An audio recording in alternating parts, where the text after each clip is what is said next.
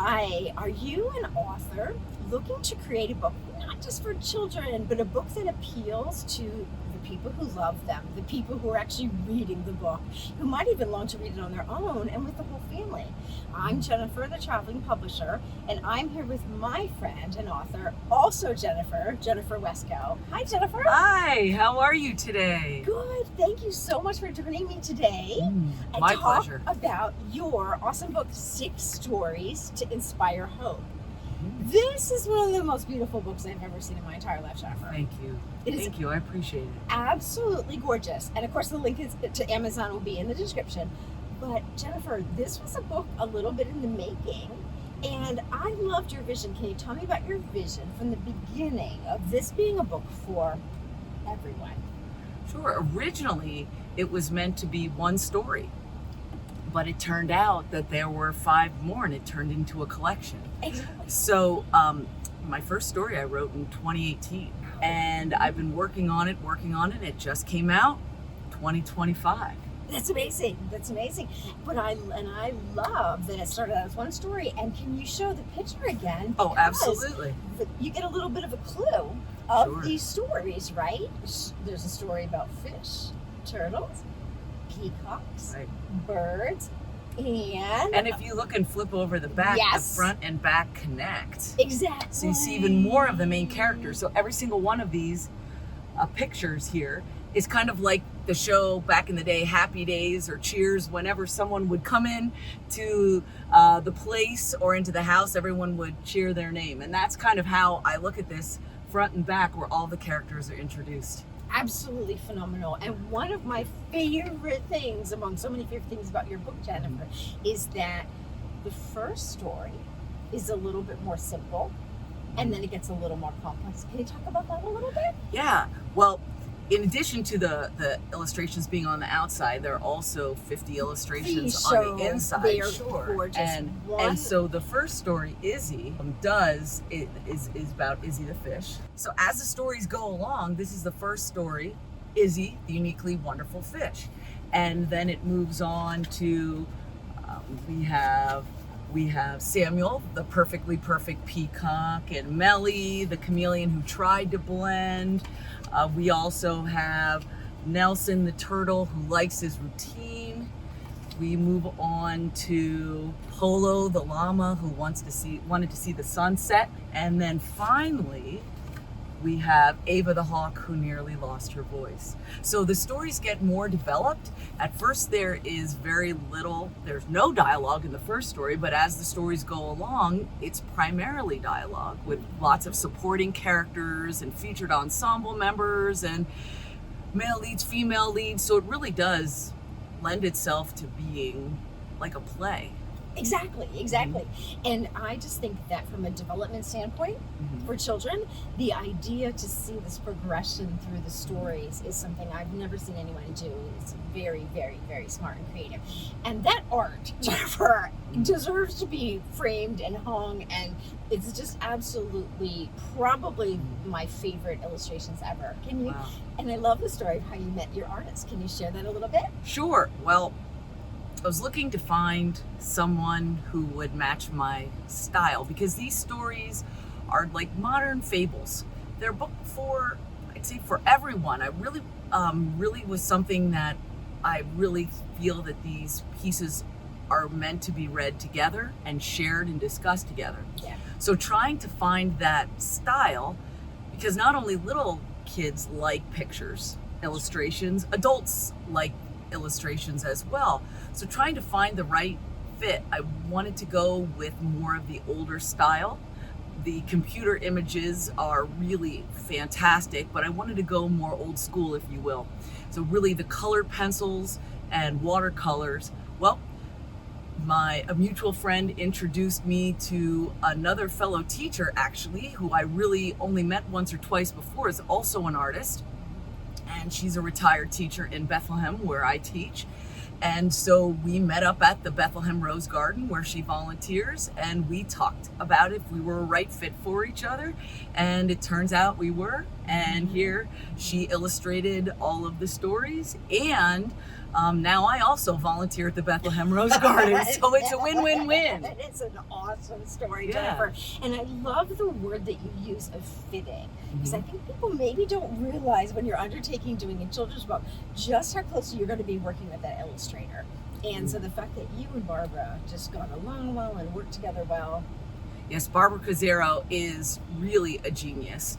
She does a lot of mosaics, felting, you name it, pottery. She just is a wizard, and she's incredible to work with. And she really, working with someone, really figuring out the layout and how you like the illustrations. It really is a process. When I began this, I was thinking, oh, I'm going to publish a book. Yes. And, you know, there is that allure to it. And however, it really is something that the work you put into it, I really learned a lot about what the process is throughout. Not just initially writing it, but working through with the many edits and the many passes, and just making sure it's exactly the way you want it to be. That's right. And Jennifer, I admire your attention to detail so much. And I have authors on every end of the spectrum. I have some authors who are just like, hurry. You know, I have a speaking engagement in 3 weeks in Las Vegas and this book has to be done. And then I have authors who are very careful with attention to detail, and you are much closer on that side. And I really value and appreciate that, because authors like you are the authors whose book come out and you say, it's perfect, as opposed to authors who rush the process and skip passes or don't take their time. Their book comes out and they say, oh, I didn't notice that misspelling there. I didn't notice that word. And so you were phenomenal. Another thing that you did that was very interesting was you were had very smart vision on the placement of the art. Can you show us some of those gorgeous images again? Absolutely. And thank you for saying what you said, because you are incredible to work with. Your patience and understanding, and Leanne, who helped with the formatting as well. Genius. She really was terrific. It was a true team effort, so I just wanted to say that. So if we look at the perfectly perfect peacock, we really tried to get the idea of Samuel always being in a rush. So it was important to us to make sure that the characters had some place to go on stage. And this is something Barb shared with me. And so if you look, Samuel needed somewhere to run, to make sure he wasn't running off the page. And I thought this was a really important detail that I never really thought of, to make sure Izzy had somewhere to swim. And all of the illustrations, really, we paid a lot of attention to the color, to make sure the colors looked good together.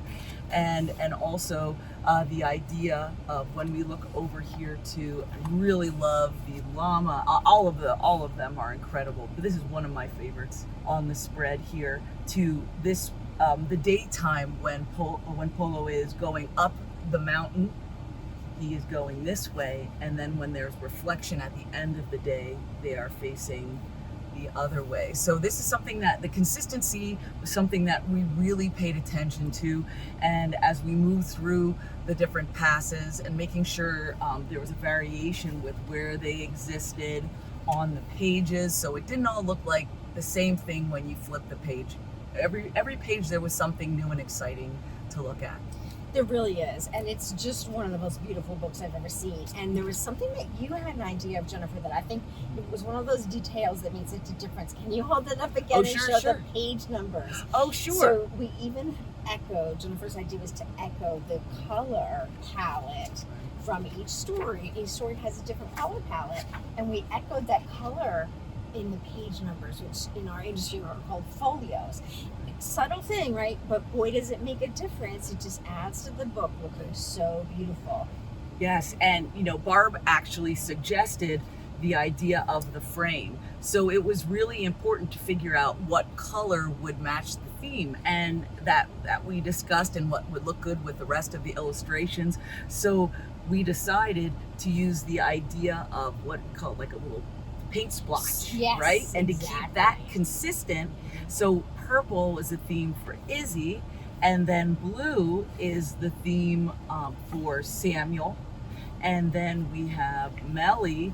The theme for Melly is green, and then we move along with the different, because one of the things when I'm reading a story, something I really can appreciate is I want to make sure that when I get back to it, if I have to put it down, I don't lose my place. So I know that if I have the yellow frame, then I'm on this story and as it moves along. So, and Polo is orange.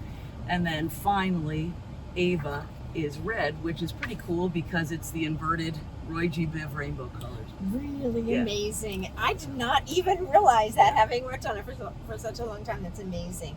And I just think that even our viewers can see that while this is a book and it's fables that appeal to children and has so many wonderful messages and themes, it's a very complex, rich story, as you can tell by the number of words on the page. Like, this isn't a little simple picture book, right. Good Night Moon.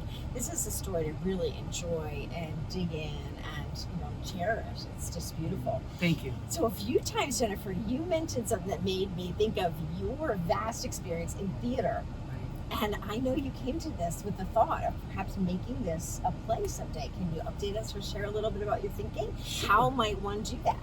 Sure. Well, I have worked as a theater director for over 20 years. Wow. And this is my 26th year teaching. Wow. And at multiple different levels, not only in Bethlehem have I directed, but locally and as well as the State Theater. So understanding the different grade levels, and when you go through the book as the stories get more complex, as the characters have more dialogue and there's more variation between the plot lines as it goes through with those characters, creating these stories to be read out loud and then shared with each other, the next logical step is a play. Makes sense. Because the idea of having these characters as animals, the idea of fables, fairy tales having, instead of people having them be animals, sets up a subject. When you have subject matters to discuss and share, the subject matter isn't necessarily as hot. So it's not necessarily a person going through this, but it's a peacock, it's a llama. And so that lends itself to more of the abstract and can lead to a discussion with still the genuine ideas that and issues and trials and tribulations people experience. So moving this towards a play and then a musical, creating the songs, because as I was writing it, songs were coming into my head. And so the next step after the book is also a little way down the road is turning this into a play and perhaps a musical or several. I love that idea. That's incredible. Well, with the different stories, right, they each might lend themselves to being their own act or their own play. That's genius. That is absolutely genius. And one thing that you did that was really interesting too, Jennifer, and you might have noticed, their friends and fans, that she's held up the hardcover edition. We also did this as a paperback, though. Correct. Most authors do one or the other. You did both. Can you share why and how that worked out for you? Sure. Well, the idea of the soft cover works well when perhaps you are sharing it with several people at a time.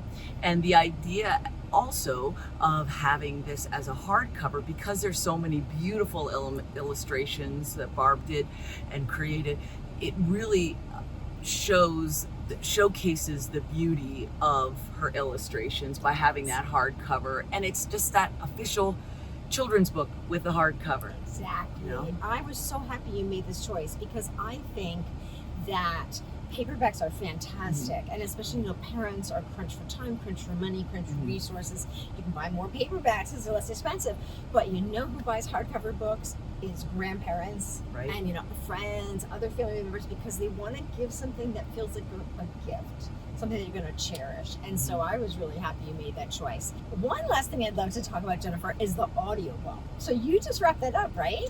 Yes. Tell us a little bit about it. Jason Reef is phenomenal, and I went to his studio. I knew this was going to be a challenge. I have listened to over 200 audiobooks in the past 5 years, and it's been a dream of mine to record my book as an audiobook. So I spent so far 20 hours with Jason in the studio. I knew it was going to be a challenge because I wanted to make sure I had different voices for the characters. So I really did create 40 different voices goodness. And I said, people would talk to me and ask me about a voice. I'm like, I got to be careful because I tilt my head and some of the voices might pop out. But it was very challenging, but it's something I'm really proud of and excited about. So it was a great process. It was a lot of fun.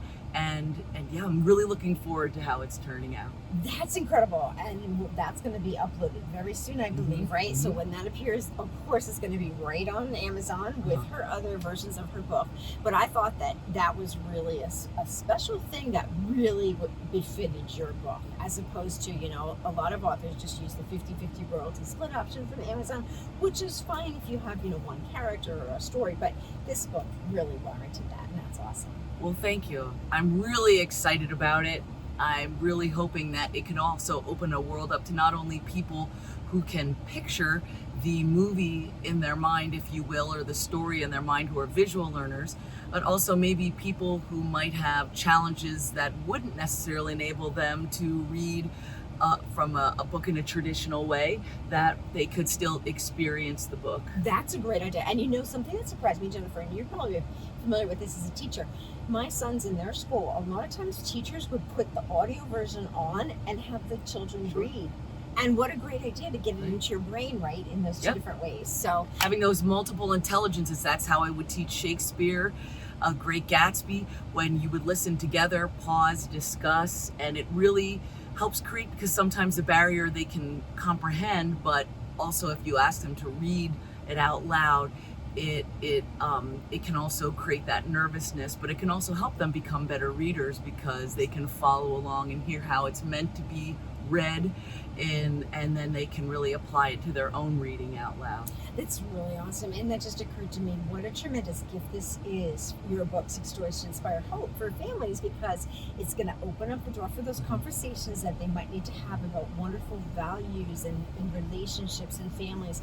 But it also is going to grow with your child, right? Even if you only started reading Izzy the Fish in the beginning, and then maybe you added the second story, the third story, and then it's a book that they're going to want to read later as they're reading on their own, and then to their own children someday. So, right. A lot of my adult friends are enjoying reading the stories, and they've read them several times, and they're thinking about into their own lives of which character they can relate to, and other people who they know in their lives who are the other characters. And it's just something that these universal themes that people could just really connect to, because that's what it's really all about. In this day and age when people are looking in their devices all the time, we can't escape it. Our phones, our computers, and they do so many great things. It's enabling us to be meeting right now and to be communicating these messages to all the wonderful people out there. However, it's nice to have this break with this human contact, and books like 6 Stories to Inspire Hope will hopefully help bridge this gap and help people be able to move back into their ability and comfort level of connecting with each other face to face, or just through this connection of this genuine connection of discussion. That's exactly right, Jennifer. Thank you so much for There's being nothing like it. Thank There's you. Nothing like it. And thank you, friends and family. Please check out Jennifer's beautiful book, 6 Stories to Inspire Hope, in the description. And thanks for joining us.